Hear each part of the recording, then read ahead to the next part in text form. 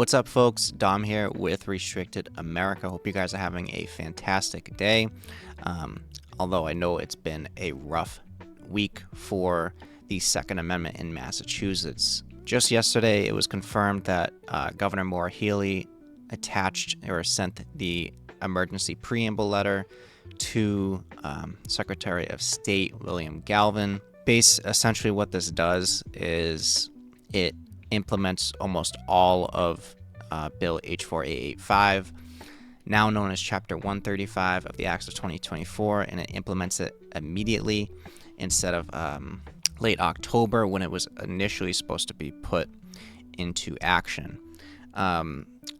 Now, what are the immediate repercussions? The first big one that a lot of people are talking about is it prohibits the suspension of the bill once we get enough signatures, because right now we have a signature campaign going on to actually put the whole bill on as a ballot question come 2026.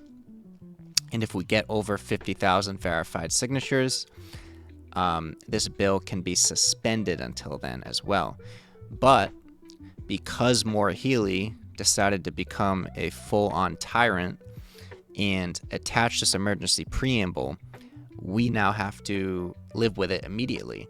So all of these things, besides the training requirements that got pushed back about a year and a half, because they snuck that into legislation they did last week, pretty much everything is implemented, I think, today. There are a couple things to note, though.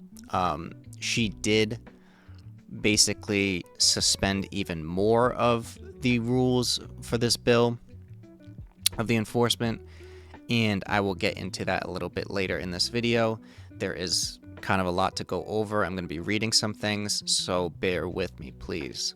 So first up, I'm going to read an article. This is by WCVB.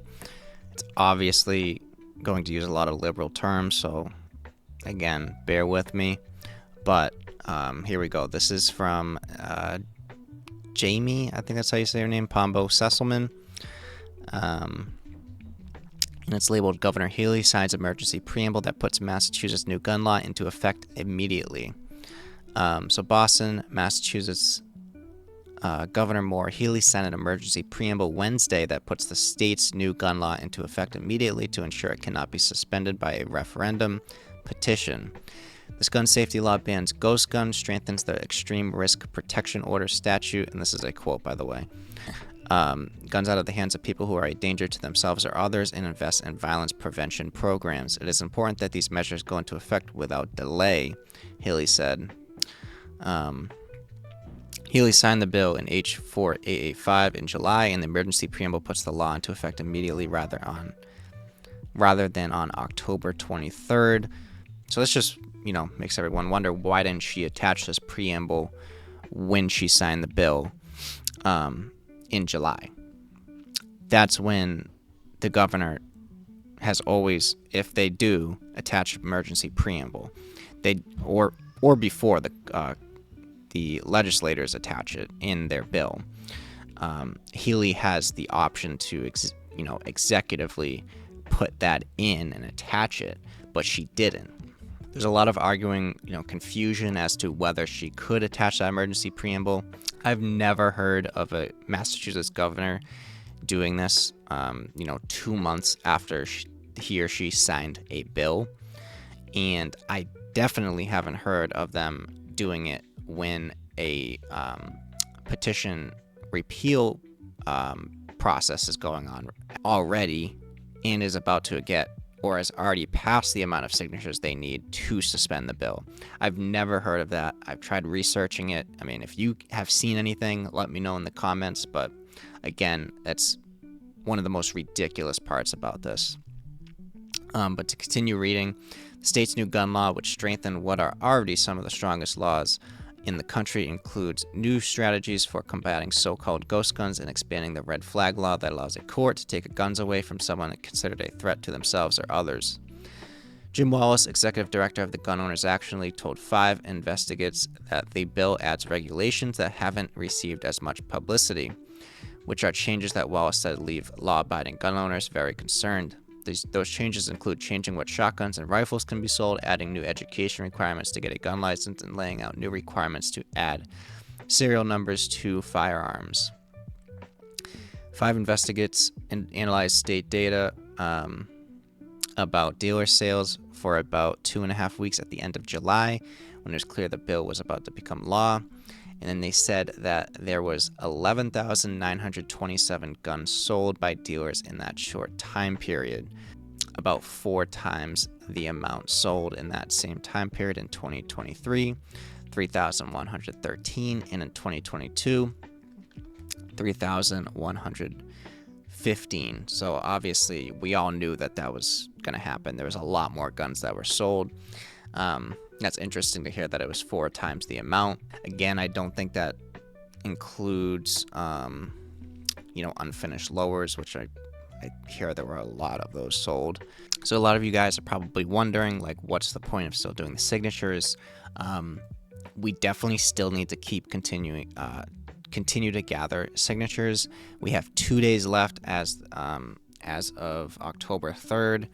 If you have petitions, you can still get them, but they just put out an announcement, the Civil Rights Coalition, that they want a lot of people to turn them in by Friday if they can, to stores or to county clerks. But you can get more information on that on their website, civilrightscoalition.org.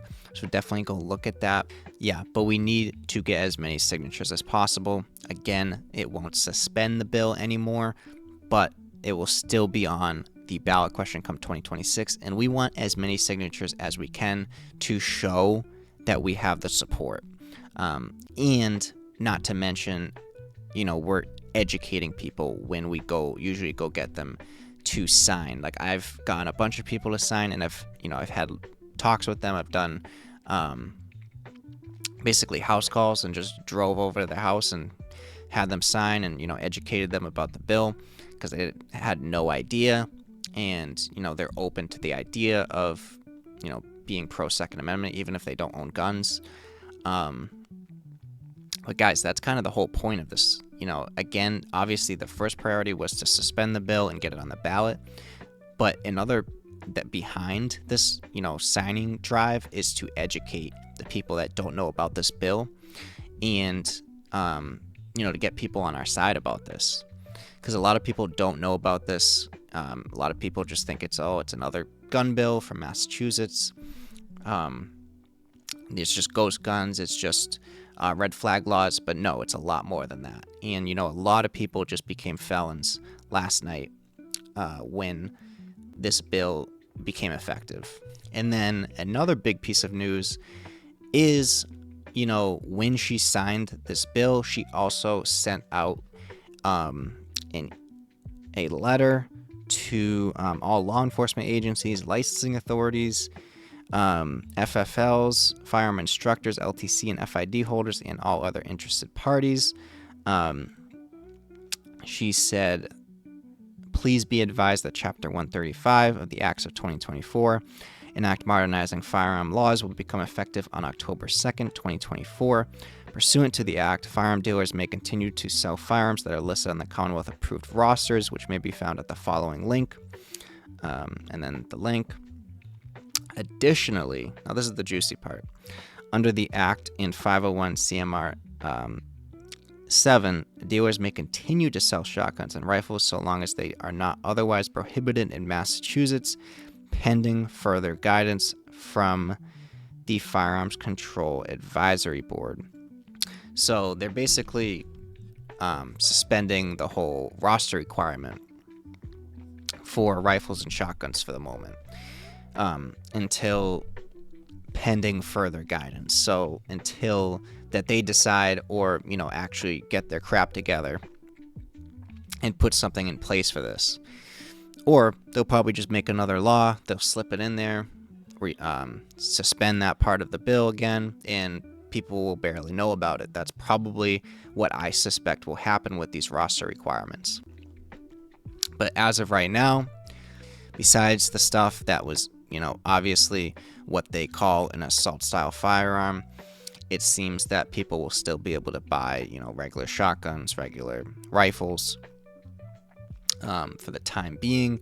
Again, until they put out some, I'm assuming, you know, they're either going to roll back something in legislation, or she's going to wait for Attorney General Andrea Campbell to interpret it, just like Maura Healey did in 2016. That's my gut feeling. I don't know if it's going to happen.